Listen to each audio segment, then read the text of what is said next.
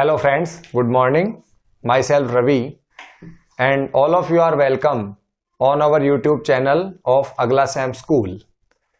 Today we are going to discuss a chapter of class 8, Crop Production and Management. Crop Production and Management पढ़ने से पहले हमें सबसे पहले ये समझना पड़ेगा कि एग्रीकल्चर क्या होती है, क्योंकि आपको ये पता होना चाहिए कि क्रॉप जो है वो एग्रीकल्चर का पार्ट है। ठीक है, तो सबसे पहले हम समझेंगे कि व्हाट इज एग्रीकल्चर। तो एग्रीकल्चर इज ए आर्ट और science of raising plants and live stock. अगर आप बड़े लेवल पे प्लांट्स को या लिव स्टॉक को या एनिमल्स को रेज करते हैं, कल्टीवेट करते हैं, उन्हें बड़े लेवल पे ग्रोथ करते हैं, तो उसको हम बोलते हैं एग्रीकल्चर।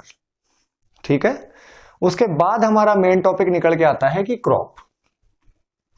या इससे पहले हम ये भी समझेंगे कि एग्रीकल्चर जो है वो ज्यादा पुराना वर्ड है। ह्यूमन हिस्ट्री की बात करें तो जब अर्ली ह्यूमन जब था तो अर्ली ह्यूमन ने सबसे पहले ये काम शुरू किया। आपको पता है कि अर्ली ह्यूमन जो है वो सिर्फ वेस्ट प्लांट में जो एनिमल वेस्ट, जो एनिमल फ्लैश हुआ करता था, एनिमल्स का मीट हुआ करता था, या जो भी प्लांट्स का रॉ मटेरियल हुआ करता था, लीफ, फ्रूट, उन पे वो डिपेंड करता था। लेकिन जैसे जैसे सोर्सेज बढ़े, इंस्ट्रूमेंट्स बढ़े, तो धीरे धीरे एग्रीकल्चर जो है वो हमारी इन्वेंट हुई। और एग्रीकल्चर में जो ह्यूमन बीइंग था उसने एक ऐसी आर्ट डेवलप करी, ऐसी साइंस डेवलप करी जिसमें वो प्लांट्स को बड़े लेवल पे रेज करने लगा, कल्टीवेट करने लगा, या कैटल्स को वो बड़े लेवल पे रेज या कल्टीवेट करने लगा। उसमें से निकल के हमारा चैप्टर आता है क्रॉप प्रोडक्शन। तो पहले हम समझेंगे क्रॉप क्या होता है। तो क्रॉप का मीनिंग है बेटा growing plants on large scale on land area. अगर आप किसी पर्टिकुलर लैंड एरिया पर बड़े स्केल पर अगर प्लांट्स को ग्रो करें तो उसको हम बोलते हैं क्रॉप। एक बार मैं फिर से आपको समराइज करने की कोशिश करता हूं एग्जाम्पल के साथ, कि जैसे मान लीजिए कि आपके पास रोज के 100 प्लांट्स हैं, या आपने रोज के 100 प्लांट्स एक पर्टिकुलर लैंड एरिया पे ग्रो किए, तो वो पर्टिकुलर कहलाएगी आपकी क्रॉप ऑफ रोज या रोज क्रॉप। अगर आपने 200, 500 वीट के प्लांट एक जगह ग्रो किए तो वो आपका कहलाएगा एक तरीके से वीट क्रॉप। क्लियर? फाइन। इस चैप्टर में हम ये समझेंगे कि क्रॉप को प्रोड्यूस करने के लिए, या जो ग्रेन्स हमारे घर तक आते हैं, या जो भी हम मार्केट में वेजिटेबल्स देखते हैं, ग्रेन्स देखते हैं, फ्रूट्स देखते हैं, उनको कल्टीवेट करने के लिए किसी फार्मर को किन किन प्रैक्टिसेस का ध्यान रखना पड़ता है, या किन किन प्रैक्टिसेस से फार्मर्स को गो थ्रू होना पड़ता है। पहले हम उसको एक सीक्वेंस में देखेंगे और उसके बाद उसकी 1 बाय 1 स्टेप को हम एक्सप्लेनरी मैनर में देखेंगे। तो अब अपना टॉपिक है प्रैक्टिसेस फॉर क्रॉप प्रोडक्शन। तो these are the practices which are necessary और which are mandatory for a healthy crop production. आप सभी को पता है कि जो प्लांट है वो सबसे पहले जो है आपका सॉइल पे ग्रो करेगा। तो जो फर्स्ट स्टेप हमारा होगा वो फर्स्ट स्टेप हमारा होगा प्रिपरेशन ऑफ सॉइल। मतलब अगर आपको कहीं पे बड़े लेवल पे क्रॉप प्रोड्यूस करनी है तो आपको सबसे पहले सॉइल को प्रिपेयर करना होगा। सॉइल को प्रिपेयर करना क्यों होगा? क्योंकि इसके बारे में मैं थोड़ा सा आपको अभी बता देता हूं। सॉइल को प्रिपेयर हम इसलिए करेंगे क्योंकि अगर हम सॉइल को प्रिपेयर नहीं करेंगे, उसको लूज नहीं करेंगे, तो प्लांट की जो रूट है वो सॉइल में प्रॉपर तरीके से ग्रोथ नहीं कर पाएगी।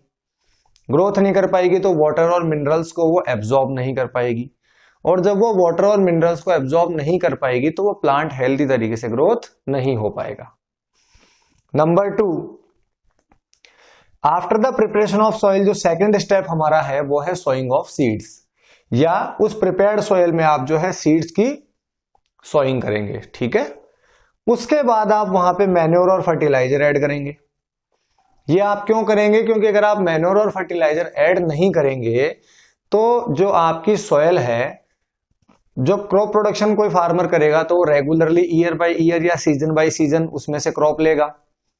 तो जब वो क्रॉप कंटिन्यूअसली लेता रहेगा तो सॉइल जो है वो अपनी न्यूट्रिएंट जो एफिशिएंसी है वो धीरे धीरे डिक्रीज करेगी, और एक दिन ऐसा आएगा कि वो सॉइल आपकी डेजर्ट में कन्वर्ट हो जाएगी। तो उसको रिप्लेनिश करने के लिए या उसको रिकवर करने के लिए, उसकी फर्टिलाइजिंग पावर को रिप्लेनिश करने के लिए आपको उसमें एक्सटर्नली मैन्योर या फर्टिलाइजर्स ऐड करने होंगे। उसके बाद जो अगला स्टेप है वो है आपका irrigation. All of you know very well कि किसी भी क्रॉप प्लांट को डेवलप होने में 4 मंथ, 5 मंथ, 6 मंथ्स के अराउंड लगते हैं। तो 4, 5, 6 मंथ्स में जो क्रॉप डेवलप होगी उसको टाइमली आपको वाटर भी प्रोवाइड कराना पड़ेगा। तो आपको रेगुलर इंटरवल पे जो आप वाटरिंग करेंगे उसको अपन बोलेंगे इरिगेशन। नंबर 5 पे है कि ड्यूरिंग द डेवलपमेंट पीरियड, जो भी आपकी क्रॉप का डेवलपमेंट पीरियड है, 4 मंथ है, 5 मंथ है, 6 मंथ है, उसमें आपको उसको वीड्स से प्रोटेक्ट करना पड़ेगा। अब पहले ये समझना होगा कि what do you mean by weeds या व्हाट इज वीड्स। तो बेटा weeds are the unwanted plants, weeds are the unwanted plants growing between the crop field. जो भी आपके एक्चुअल प्लांट्स हैं उनके बीच में आपके पास अननेसेसरी प्लांट्स ग्रो कर जाते हैं, उनको हम बोलते हैं वीड्स। लॉस इनसे ये होगा कि ये जो वीड प्लांट है ये हमारे एक्चुअल प्लांट्स के साथ, ओरिजिनल प्लांट्स के साथ कंपीट करेंगे और कंपीट करके ये उनकी ग्रोथ को इनहिबिट करेंगे, रोकेंगे। अगला जो स्टेप आएगा वो आएगा हमारा हार्वेस्टिंग।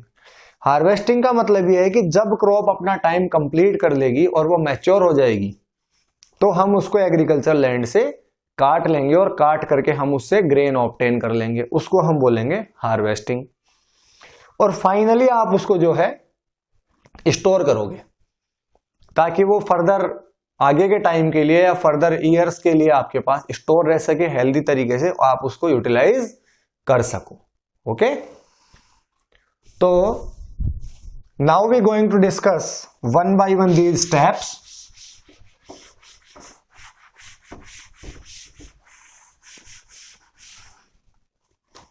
ओके, तो बेटा our first step is, before starting this step one point is also there and that point is types of crops. ये एक पॉइंट हमें यहां और डिस्कस करना होगा कि अपने पास यहां क्रॉप्स के टाइप्स कितने हैं। तो all of you know very well कि ये जो अर्थ है, या पर्टिकुलर आप अपनी कंट्री की भी बात करें, इंडिया की, तो आप सभी को ये पता है कि यहां पर वेरियस सीजन्स होते हैं due to the revolution of earth around the sun. तो जो डिफरेंट डिफरेंट सीजन्स होते हैं उनके हिसाब से हमारे पास डिफरेंट डिफरेंट काइंड की क्रॉप्स पाई जाती हैं। ठीक है, आपने नोटिस किया होगा कि कोई पर्टिकुलर जो चीज है वो पर्टिकुलर टाइम में ही आती है। जैसे वीट है तो वीट का प्लांट या वीट की जो क्रॉप आती है वो अपने पास एक पर्टिकुलर सीजन में ही आती है। ग्राउंड नट की जो क्रॉप है वो अपने पास एक पर्टिकुलर सीजन में आती है। तो according to the type of seasons और according to the type of climatic conditions, there are 3 major types of crops. Number 1 is known as kharif crops, number 2 known as rabi crops and number 3 known as zaid crops. ये 3 हमारे पास 3 main crop के types रहेंगे। First आपका रहेगा खरीफ crop, second आपका रहेगा रबी crop, third आपका रहेगा जायद क्रॉप। हम आपको बताएंगे कि इन तीनों का जो सीजन है वो क्या है, इनको और किस नाम से जानते हैं और इनके एग्जाम्पल्स क्या क्या हैं। First of all we will take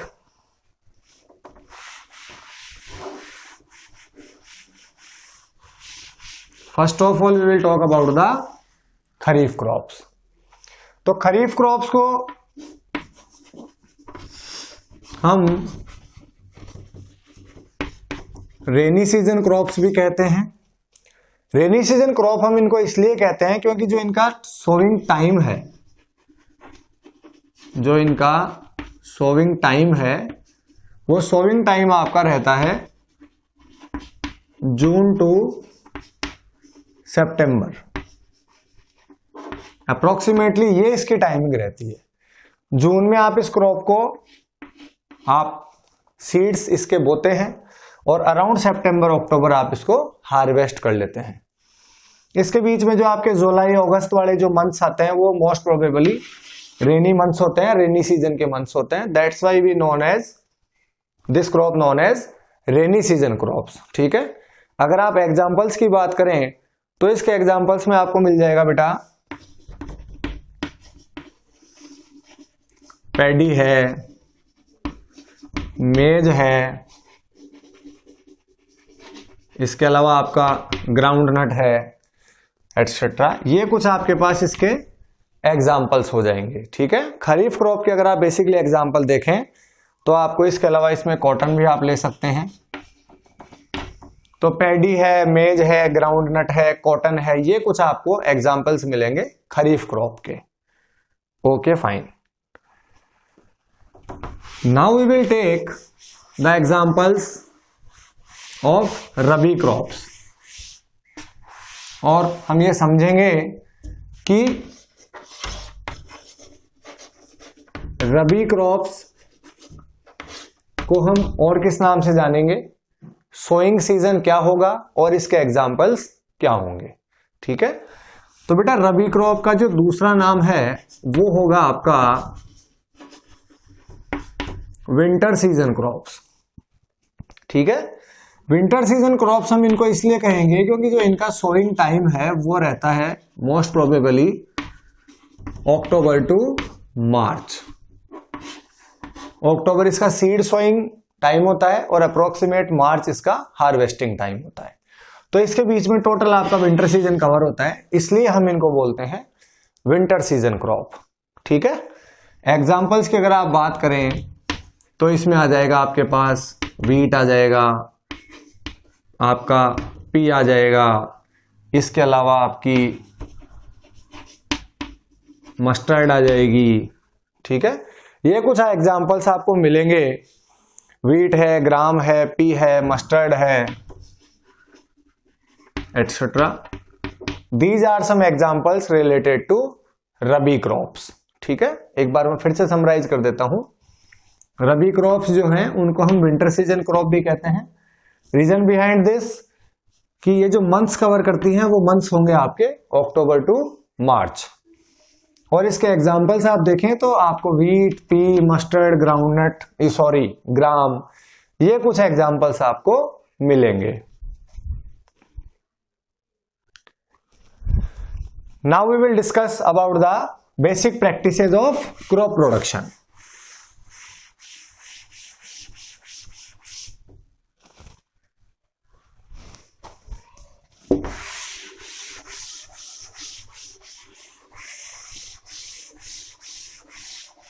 okay fine, तो जो आपकी फर्स्ट बेसिक प्रैक्टिस है वो है आपकी preparation of soil. Preparation of soil करने का हमारा जो मेजर मोटिव है वो मेजर मोटिव होता है बेटा टिलिंग और लूजनिंग द सॉइल। ठीक है, ये अपना मेन मोटिव है, और ऐसा हम क्यों करेंगे, वाई वी डन इट, क्योंकि बेटा जब तक आप सॉइल को टिलिंग नहीं करोगे, लूज नहीं करोगे, तो जो सीड आप प्लांट में या सॉइल में डालोगे वो सीड जब जर्मिनेट करेगा तो फर्स्ट ऑफ ऑल तो उसको जर्मिनेशन में दिक्कत आएगी, क्योंकि सीड को जर्मिनेट करने के लिए बेटा वाटर भी अब्जॉर्ब करना पड़ेगा, मॉइस्चर भी लेना पड़ेगा, मिनरल न्यूट्रिशन को भी उसको अब्जॉर्ब करना पड़ेगा। तो अगर पेनेट्रेट कर पाएगा वो इजीली, या सॉइल में उसको इजीली स्पेस मिलेगा तो वो आसानी से उसको वाटर मिल पाएगा, मिनरल्स मिल पाएंगे और वो इजीली जर्मिनेट हो पाएगा। उसके बाद जब वो जर्मिनेट होके एक प्लांट में कन्वर्ट हो जाएगा, उसके बाद भी उसको प्रॉब्लम आएगी, अगर सॉइल हार्ड है तो वो अपने आप को, जो उसकी रूट्स हैं वो प्रॉपर तरीके से ग्रोथ नहीं कर पाएंगी, और जब उसकी रूट ग्रोथ नहीं कर पाएगी तो अल्टीमेटली उस प्लांट की जो ग्रोथ है वो रुक जाएगी, क्योंकि प्लांट जब फोटोसिंथेसिस करेगा तो वो वाटर की उसको रिक्वायरमेंट होगी, और वाटर जो है वो उसको रूट के थ्रू मिलेगा, और वेरियस मिनरल्स जो भी आपके सॉइल में प्रेजेंट हैं वो भी उसको डिसॉल्व फॉर्म में मिलेंगे। लेकिन जब उसके पास वाटर ही नहीं आ पाएगा प्रॉपर तरीके से, कंडक्ट नहीं होगा वाटर, तो उसकी ग्रोथ रुक जाएगी। That's why we require the tilling और लूजनिंग द सॉइल। ठीक है, और भी कई कारण है कि वो एक्सचेंज ऑफ गैसेज नहीं कर पाएगा, प्लांट की जो रूट है वो रेस्पायर नहीं कर पाएंगी, क्योंकि जो प्लांट की जो रूट है वो वाटर में से ऑक्सीजन लेती है अंडरग्राउंड सॉइल से, या जो सॉइल के नीचे अंडरग्राउंड वाटर होता है, उस अंडरग्राउंड वाटर से जो रूट्स हैं वो एक्सचेंज ऑफ गैसेज करती हैं फॉर देयर रेस्पिरेशन। तो in the condition of hard soil they will face the problem in it, उनको इस चीज में प्रॉब्लम आएगी, ठीक है ना। तो इसलिए हमारे लिए टिलिंग और लूजनिंग द सॉइल जरूरी है। अब अगली बात आती है कि ये टिलिंग और लूजनिंग ऑफ सॉइल हम करेंगे कहां से, ठीक है। तो टिलिंग और लूजनिंग ऑफ सॉइल के लिए हमारे पास अलग अलग इक्विपमेंट्स होते हैं, जिसमें से कुछ मॉडर्न इक्विपमेंट्स हैं, कुछ हमारे ट्रेडिशनल इक्विपमेंट्स हैं, लेकिन हमें यहाँ सभी को पढ़ना होगा।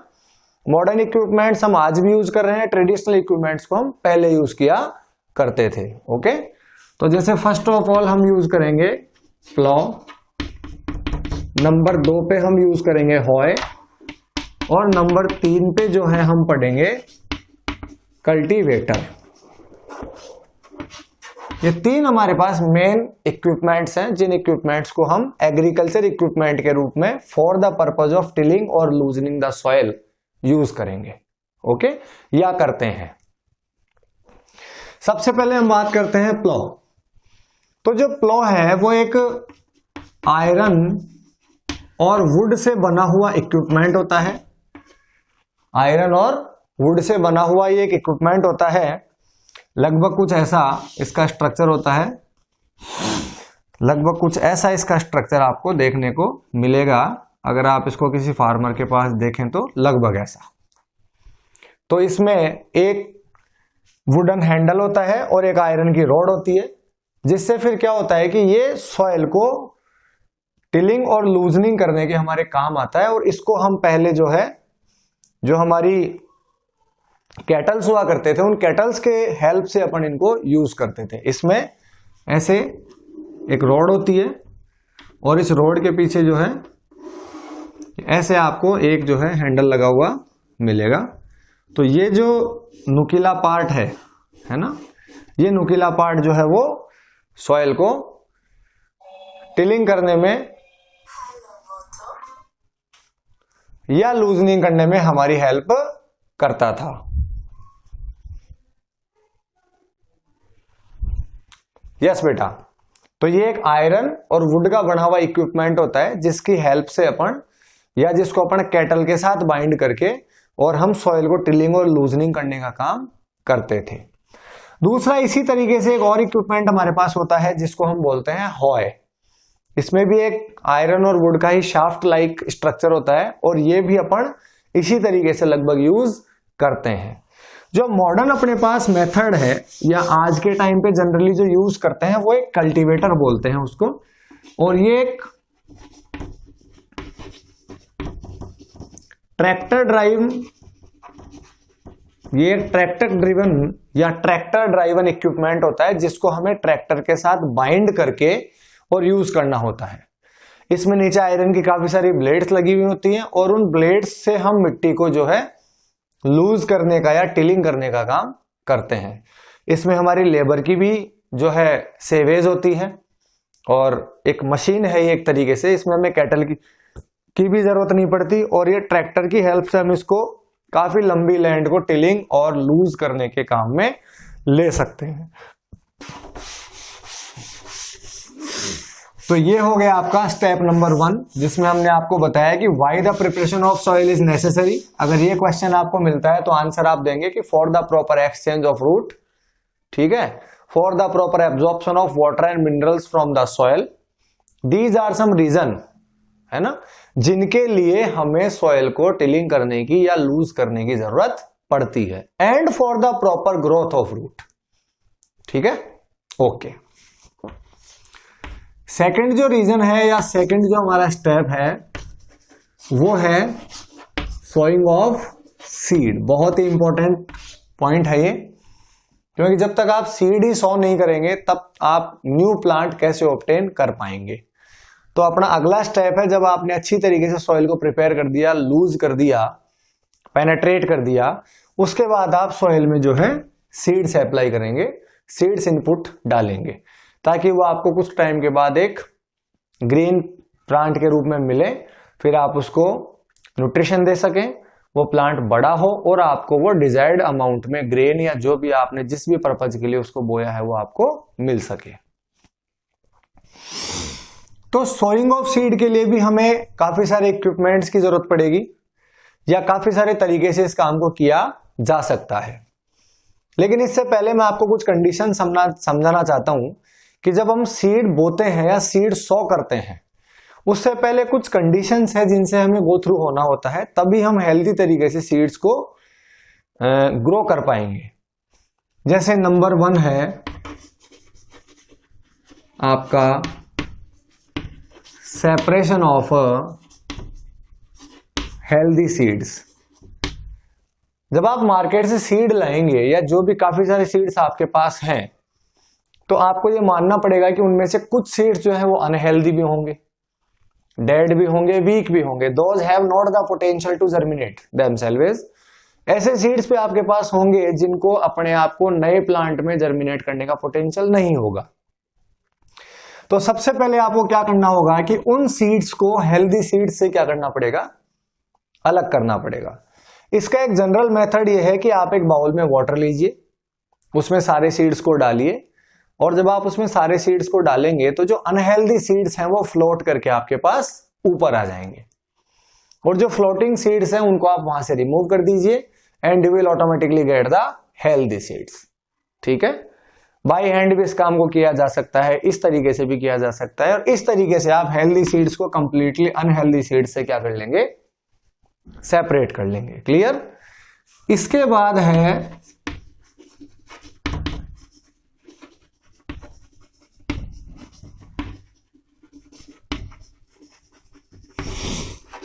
सीड्स के साथ एक दूसरी प्रॉब्लम ये होती है कि जब आप सीड्स को सॉइल में सो कर देते हैं तो वहां पे स्क्विरल टाइप कुछ एनिमल्स होते हैं, वो उन सीड्स को सॉइल में से निकाल करके ले जाते हैं क्योंकि वो उनके लिए खाने का एक पर्पज होता है।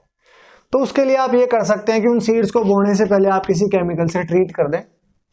तो जब आप उनको किसी केमिकल से ट्रीट कर देंगे तो उन सीड्स को कोई एनिमल या कोई इंसेक्ट अपने साथ नहीं ले जा पाएगा और उसको खराब भी नहीं करेगा और वो उसको वहीं रहने देगा, जिससे आपके सारे सीड्स जो हैं वो प्लांट्स में डेवलप हो सकेंगे। क्लियर।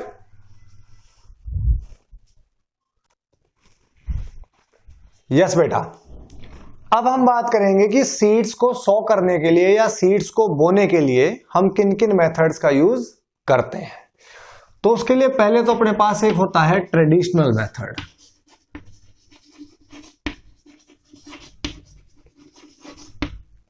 ट्रेडिशनल मेथड जो है वो एक तो छोटे एग्रीकल्चर लैंड एरिया के लिए यूज होगा जहां पे लैंड एरिया आपके पास कम हो और इसमें जो फार्मर है वो बाई हैंड इस काम को करेगा। इसमें उसके पास एक फनल लाइक एक टूल होता है। ये फनल लाइक इस तरीके से एक टूल होता है जिसमें ऊपर से सीड इनपुट करता जाता है और इस फनल के थ्रू वो जो सीड है वो नीचे सॉइल में इम्प्लांट होता जाता है। ठीक है, लेकिन इसकी कई डिसएडवांटेज भी हैं। डिसएडवांटेज ये है कि इससे जब आप सीड इम्प्लांट करोगे तो वो सीड हो सकता है कि प्रॉपर डेप्थ पे ना जाएं, वो काफी नीचे चले जाएं या वो काफी ऊपर रह जाएं। अगर वो नीचे चले जाएंगे तो प्रॉब्लम ये आएगी कि उनको जर्मिनेट होने में टाइम लगेगा। अगर वो ऊपर रुक गए तो प्रॉब्लम ये आएगी कि जो एनिमल्स हैं वो आपके सीड्स को ले जाएंगे। दोनों ही केस में आपको प्रॉब्लम आएगी और आपके प्लांट जर्मिनेशन नहीं हो पाएगा या मुश्किल हो जाएगा। तो उस केस में फिर अपन मॉडर्न टेक्निक यूज करते हैं। तो जो मॉडर्न टेक्निक है उसको हम बोलते हैं सीड ड्रिल। ये एक इक्विपमेंट होता है जो भी ट्रैक्टर ड्रिवन होता है, जिसमें ऊपर एक कलेक्टिंग डक्ट होती है जिसमें अपन काफी सारे सीड्स को एक साथ डाल देते हैं और नीचे उसमें सीड्स को प्लेस करने के लिए इस तरीके से आपको एक स्ट्रक्चर दिखाई देगी।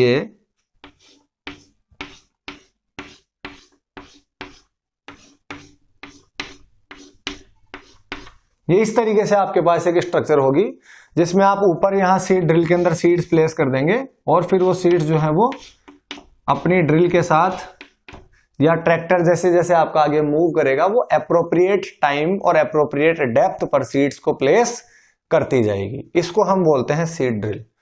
इसमें आपका टाइम भी बचेगा और आपके जो यहाँ नुकसान थे कि वो प्रॉपर डेप्थ पे आपका सीड नहीं जा पा रहा था, वो प्रॉब्लम भी आपकी यहां पर ठीक हो जाएगी। ओके,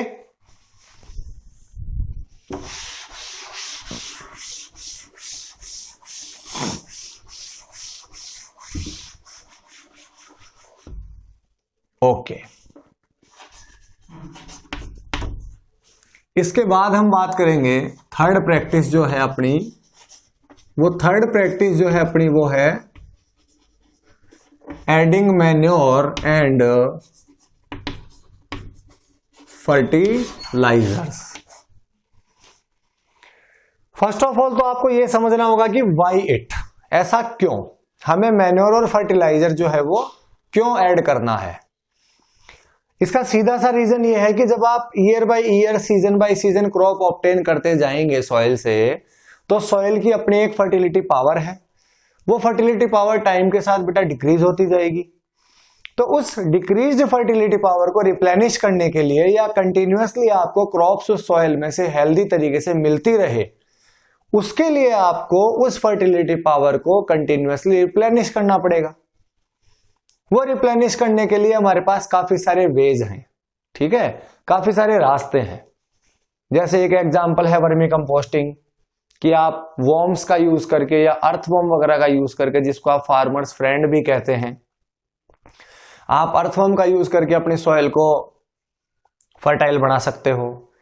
इसके अलावा आप ग्रीन मैन्योर का यूज करके भी अपनी सॉइल को फर्टाइल बना सकते हो, जिसमें अपन सन हेम्प जो प्लांट होता है, जिसको अपन गुआर बोलते हैं, उसको सॉइल में ग्रो करके थोड़ा बड़ा करके वापस से उसको प्लो की हेल्प से अपन मल्च कर देते हैं, और मल्च करके उसे हम वापस से मिट्टी में मिला देते हैं।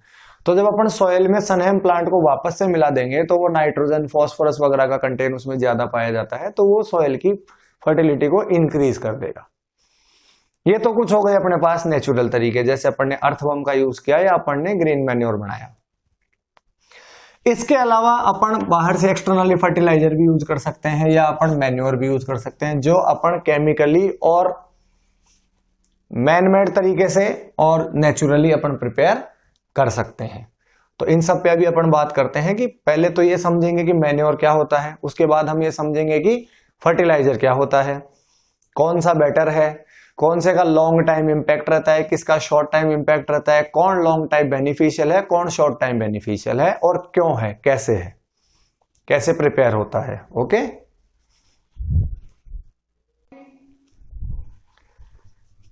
तो बेटा नाउ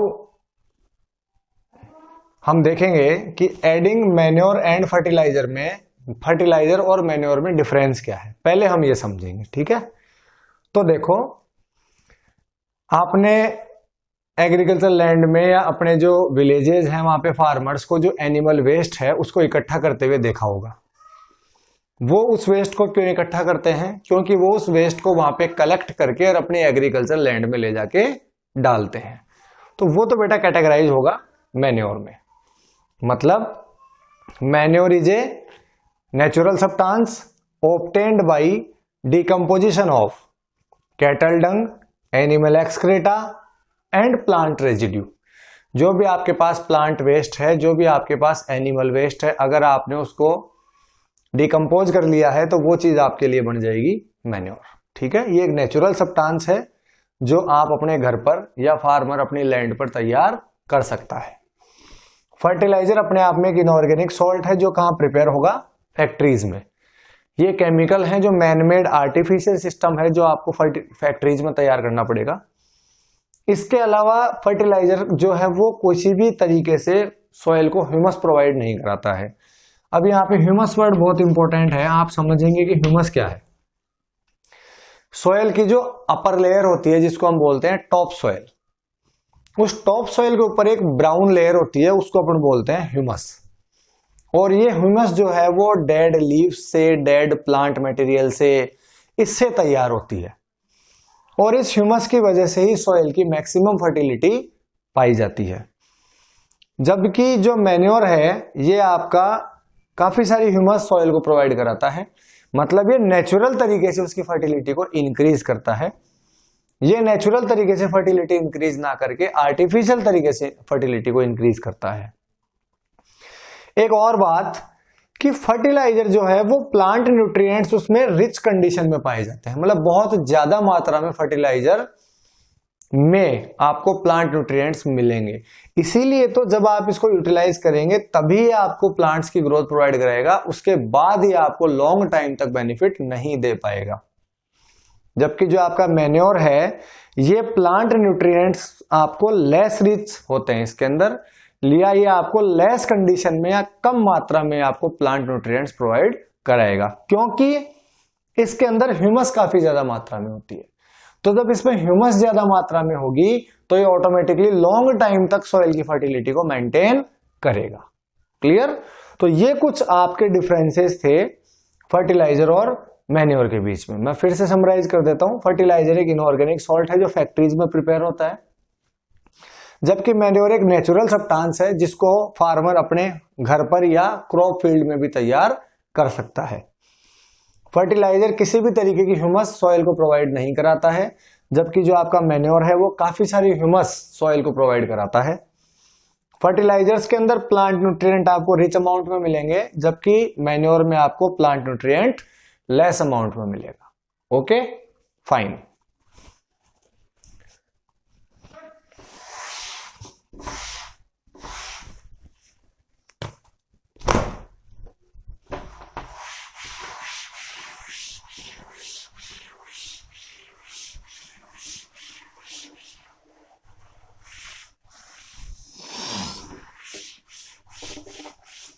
उसके बाद हम कुछ और तरीके समझेंगे कि हम बायोलॉजिकल और भी हमारे पास काफी ऐसे वेज हैं जिनसे हम सॉइल की फर्टिलिटी को इंक्रीज कर सकते हैं। जैसे मैंने एक एग्जांपल आपको दिया कि जो अर्थवर्म है, अर्थवर्म जो है इसको हम बोलते हैं फार्मर्स फ्रेंड।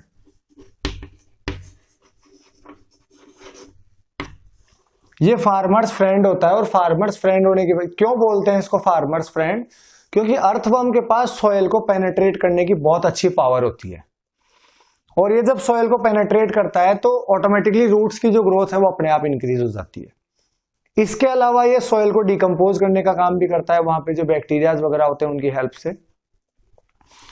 इसके अलावा एक तरीका मैंने आपको बताया ग्रीन मैन्योर, जिसमें आप लोग जो है सन हेम्प या गुवार एक प्लांट होता है जो अच्छा सोर्स होता है नाइट्रोजन फॉस्फोरस वगैरह का, जिसको आप पहले सॉइल में ग्रो करते हैं बिफोर प्लोइंग, है ना। ये सिस्टम बिफोर प्लोइंग आपका अप्लाई होगा।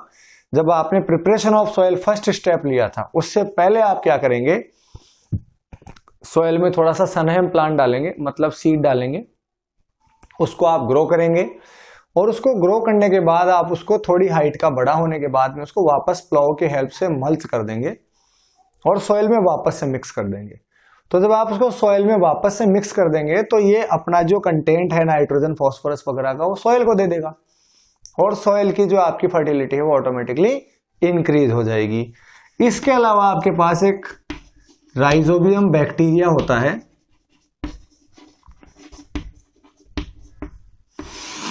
ये पर्टिकुलरली लेग्यूम प्लांट्स की रूट्स के साथ पाया जाता है, और ये नाइट्रोजन फिक्सेशन करने का काम करता है। ये जो राइजोबियम बैक्टीरिया है इसका मेजर फंक्शन है जो एटमॉस्फेरिक नाइट्रोजन है उसको ये सॉइल के साथ फिक्स करता है, और सॉइल में जब ये नाइट्रोजन फिक्स हो जाएगी तो सॉइल के थ्रू वाटर के साथ डिसॉल्विंग फॉर्म में नाइट्रोजन प्लांट बॉडी को मिल जाएगी।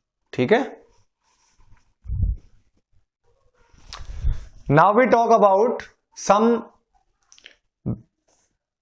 important benefits of manure and some important examples of fertilizer। ठीक है, अगर आपसे फर्टिलाइजर के कुछ एग्जांपल्स पूछ लिए जाएं तो एक तो आपके पास एग्जांपल होगा NPK।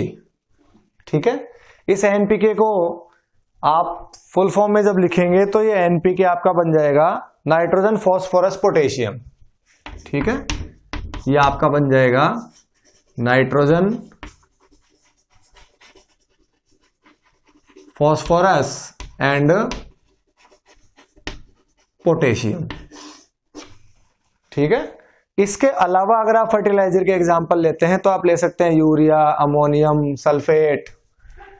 ठीक है, आप ले सकते हैं यूरिया, इसके अलावा अमोनियम सल्फेट, ये कुछ आपको एग्जाम्पल मिलेंगे फर्टिलाइजर के, ठीक है। ओके,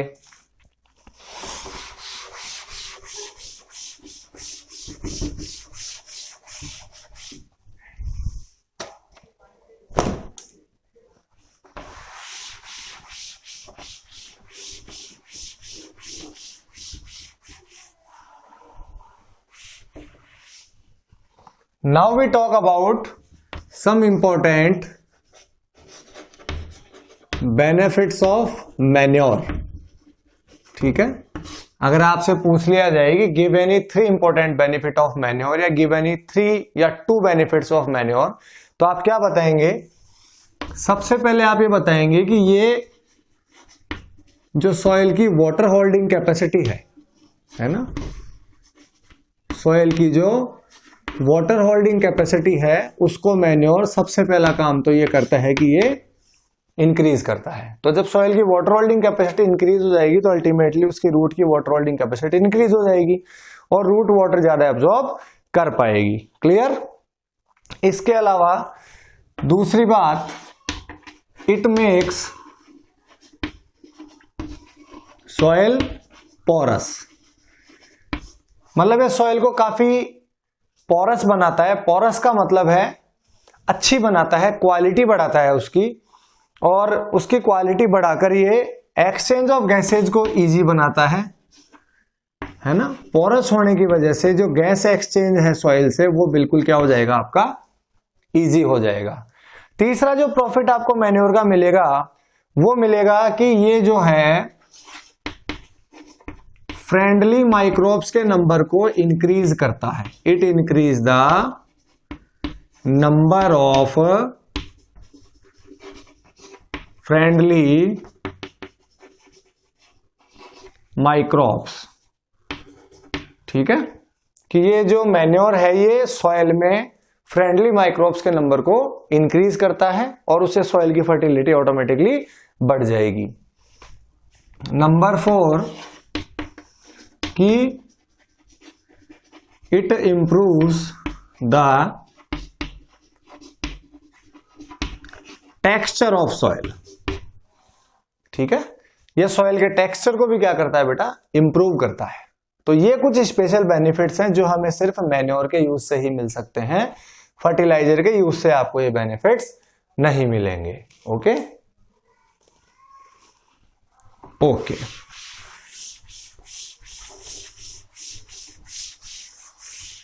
बेटा, ये हमारा कंप्लीट होता है टॉपिक नंबर 3। अब तक हमने 3 टॉपिक कंप्लीट कर लिए हैं। नंबर 1 हमने सीखा प्रिपरेशन ऑफ सॉइल कैसे होती है, इसमें हम क्या करेंगे, कैसे करेंगे, किसकी हेल्प से करेंगे।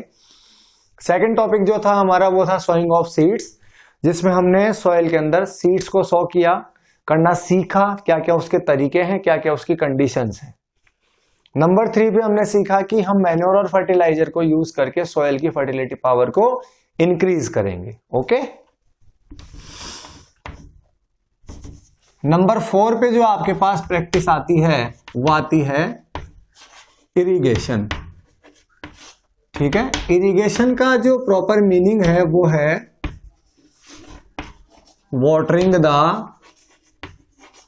प्लांट, प्लांट्स को वाटर प्रोवाइड कराना, ठीक है।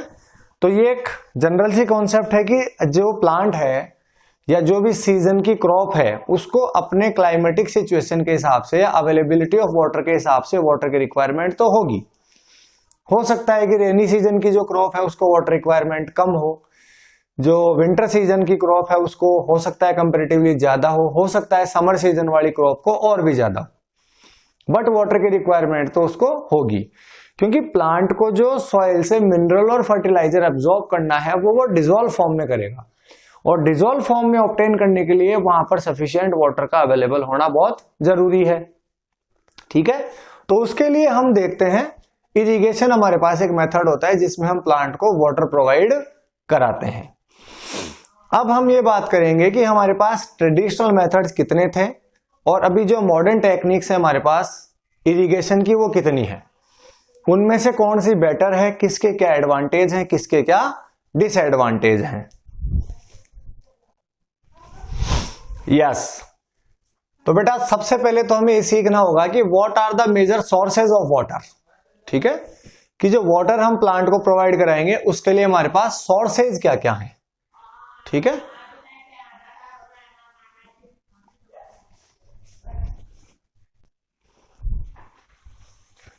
सोर्सेज ऑफ वाटर में जो हमारे पास सोर्स रहेंगे बेटा बेसिकली वो रहेंगे, एक तो अपने पास वेल्स हैं, ट्यूब वेल्स हैं, पॉन्ड्स हैं, लेक्स हैं, रिवर्स हैं, डैम्स हैं एंड कैनाल्स हैं।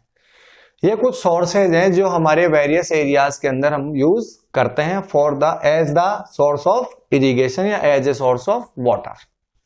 ठीक है, तो अगर ये क्वेश्चन आपसे पूछ लिया जाएगी name any 5 sources of water, name any 6 sources of water, name any 3 sources of water, तो आप बताएंगे कि there are various sources of water are there, wells, tube wells, ponds, lakes, rivers, dams and canals.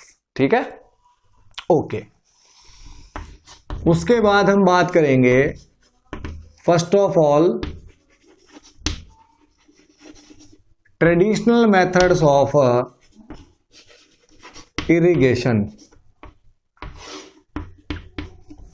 कि जो पहले हम irrigation के method use करते थे वो क्या है और आज हम जो मॉडर्न मेथड यूज करते हैं वो क्या है।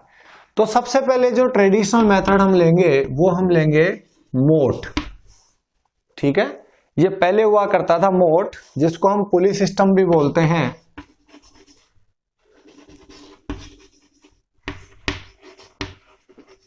इस पुली सिस्टम में फार्मर जो है वो जो भी वेल होता था, जो भी वाटर सोर्स होता था, उसमें से किसी सोर्स से पानी भरता था या खींचता था एक तरीके से, और उसको वो क्रॉप में ला करके अप्लाई करता था। ठीक है, उसके बाद जो है वो आप करेंगे चेन पंप। नंबर 3 पे जो आपको याद करना है वो याद करना है ढेकली, और जो बेटा नंबर 4 पे जो आपको याद करना है वो आपको करना है रहत या लीवर सिस्टम।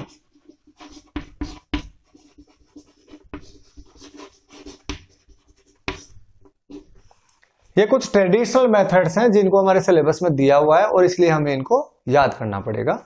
मोट, pulley system, chain pump, dhekli and rahat या लीवर सिस्टम। ठीक है, ये 4 हमारे यहां ट्रेडिशनल मेथड ऑफ इरिगेशन की फॉर्म में यूज होते हैं।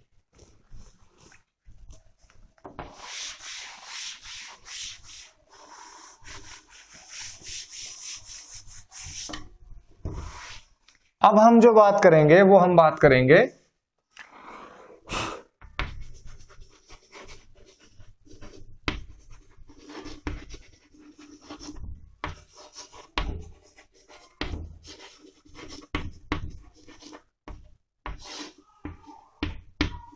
Modern method of irrigation. ठीक है, जो नाउअडेज हम यूज करते हैं।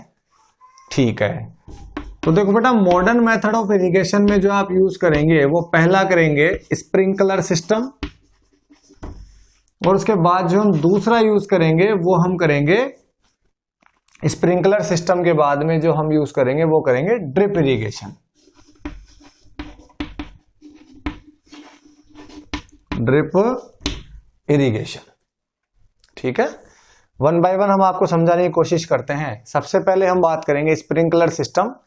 या आपने काफी देखा भी होगा, इसमें किस तरीके से वाटर कनेक्शन का बड़ा पाइप होता है और इसके वर्टिकल आपको जो है ट्यूब लाइक पाइप्स आपको वर्टिकली इससे अरेंज मिलेंगे, और यहां पर इसके आपको रोटेटिंग नोजल्स जो है वो मिलेंगे। वाटर जो है वो इस सप्लाई से होता हुआ इन पाइप के थ्रू ये नोजल्स उस वाटर को रोटेट करके एग्रीकल्चर लैंड में सप्लाई करने का काम करते हैं, लाइक देन ए रेन। जिस तरीके से हम बारिश हमें फील होती है उस तरीके से ये प्लांट्स पर एक तरीके से पानी की बारिश करते हैं। ठीक है, उसमें ये जो पाइप है ये आपके किसी भी वाटर सोर्स से जुड़ा हुआ है, और इस पाइप से जो वाटर आ रहा है वो पाइप इन वर्टिकल पाइप्स के थ्रू, इन नोजल्स के थ्रू बाहर निकल रहा है, और इन नोजल्स के थ्रू वो वाटर रोटेटिंग फॉर्म में आपकी क्रॉप के ऊपर अप्लाई किया जा रहा है। ओके ओके, इसको हम बोलते हैं स्प्रिंकलर सिस्टम। और दूसरा जो हमारे पास है वो है ड्रिप इरिगेशन। ड्रिप इरिगेशन जो है वो बेटा वहां अप्लाई होगा जहां आपके पास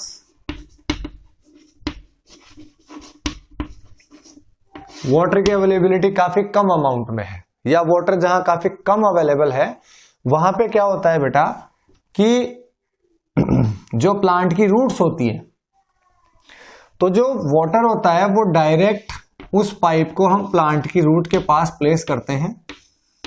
और ये जैसे मान लीजिए कि ये 5 अपने पास प्लांट्स हैं,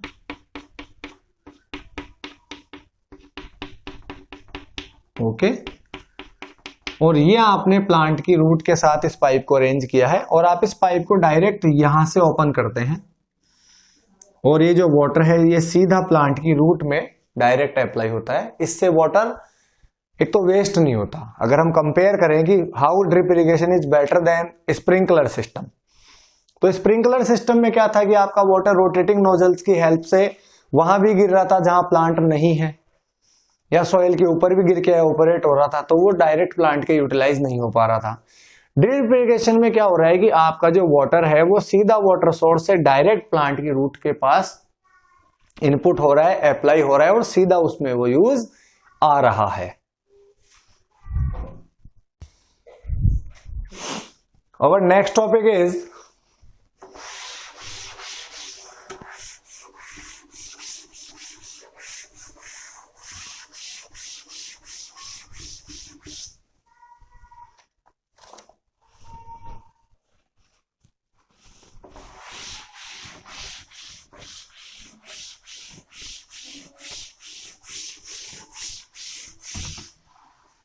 ये आपके 4 टॉपिक कंप्लीट।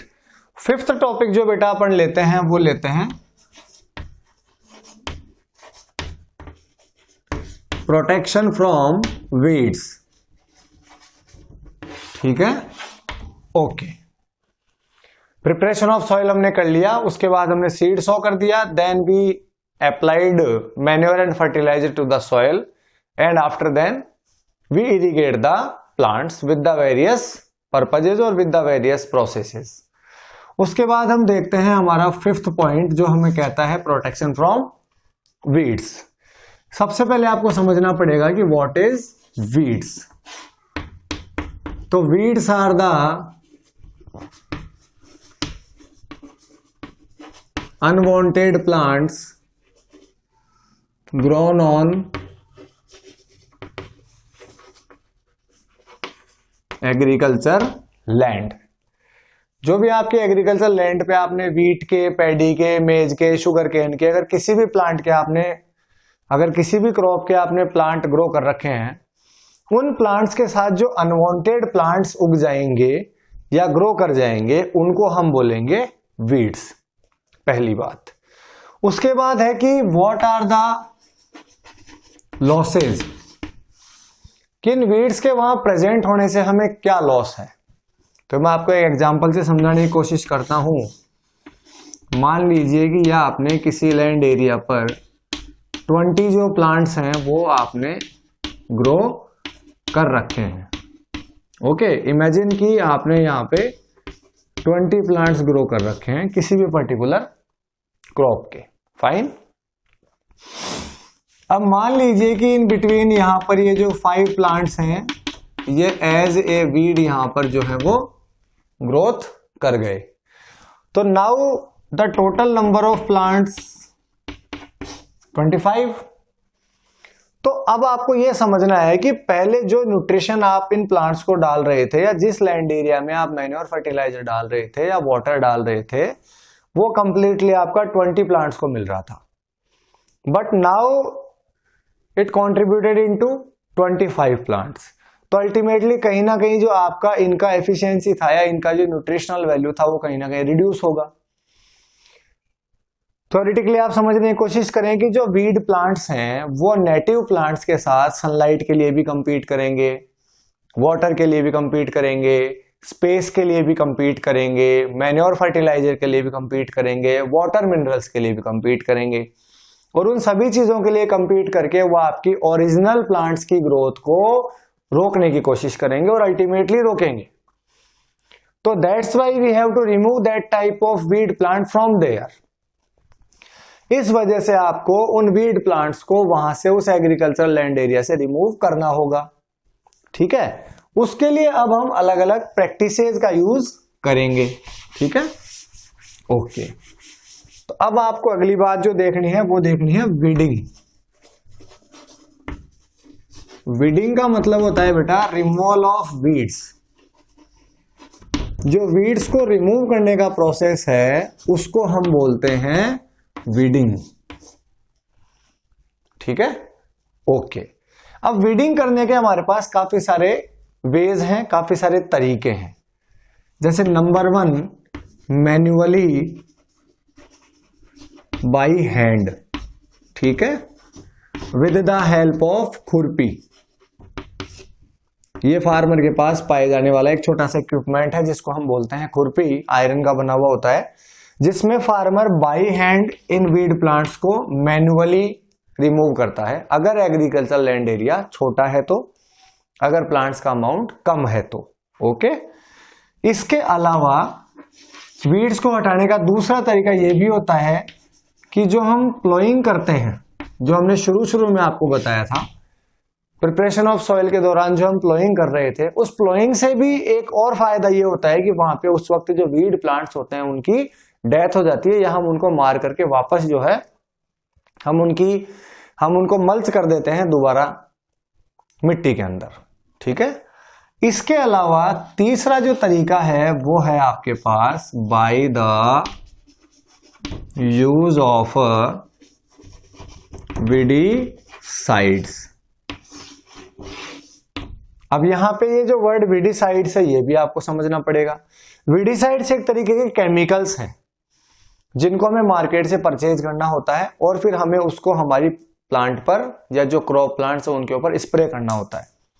और जब हम उनको क्रॉप प्लांट्स के ऊपर स्प्रे करेंगे तो ये जो वीडीसाइड्स हैं ये इन वीड्स को तो खत्म कर देंगे और जो हमारे एक्चुअल प्लांट्स है उनको ये कुछ भी नहीं करेंगे या उनको ये कोई लॉस नहीं पहुंचाएंगे।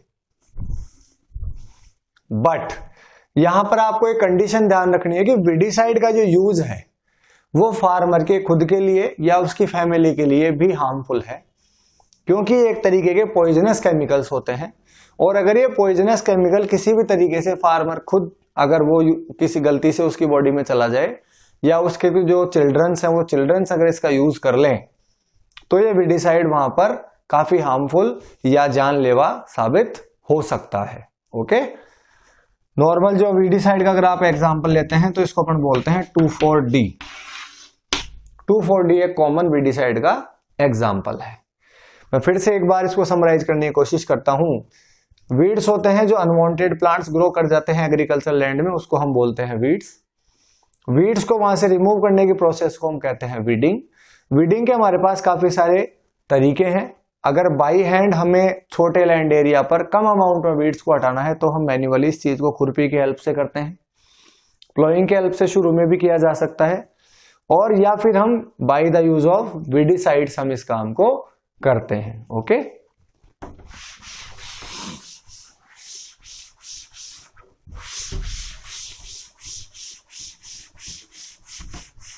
ओके बेटा, now we will take our next topic जिसका नाम है harvesting.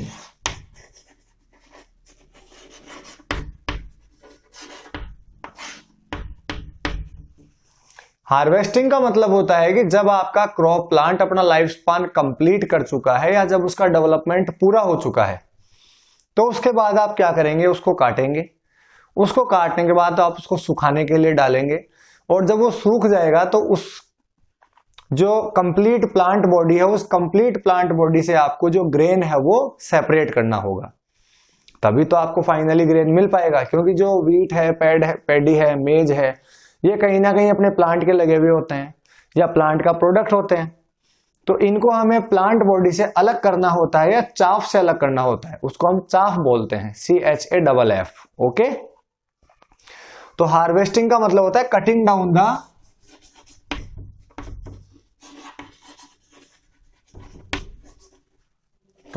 The crop plants and obtained grains from them. Crop plants को हम कटिंग डाउन कर लेते हैं और कटिंग डाउन करने के बाद हम उनसे ग्रेन्स को ऑब्टेन करते हैं। इस प्रोसेस को हम बोलते हैं हार्वेस्टिंग। ठीक है, अब हार्वेस्टिंग के भी हमारे पास वेरियस मेथड्स हैं। ठीक है, अगर आप बाई हैंड करते हैं तो आपको सिकल की हेल्प लेनी पड़ेगी। ये इस टाइप से एक सिकल होती है,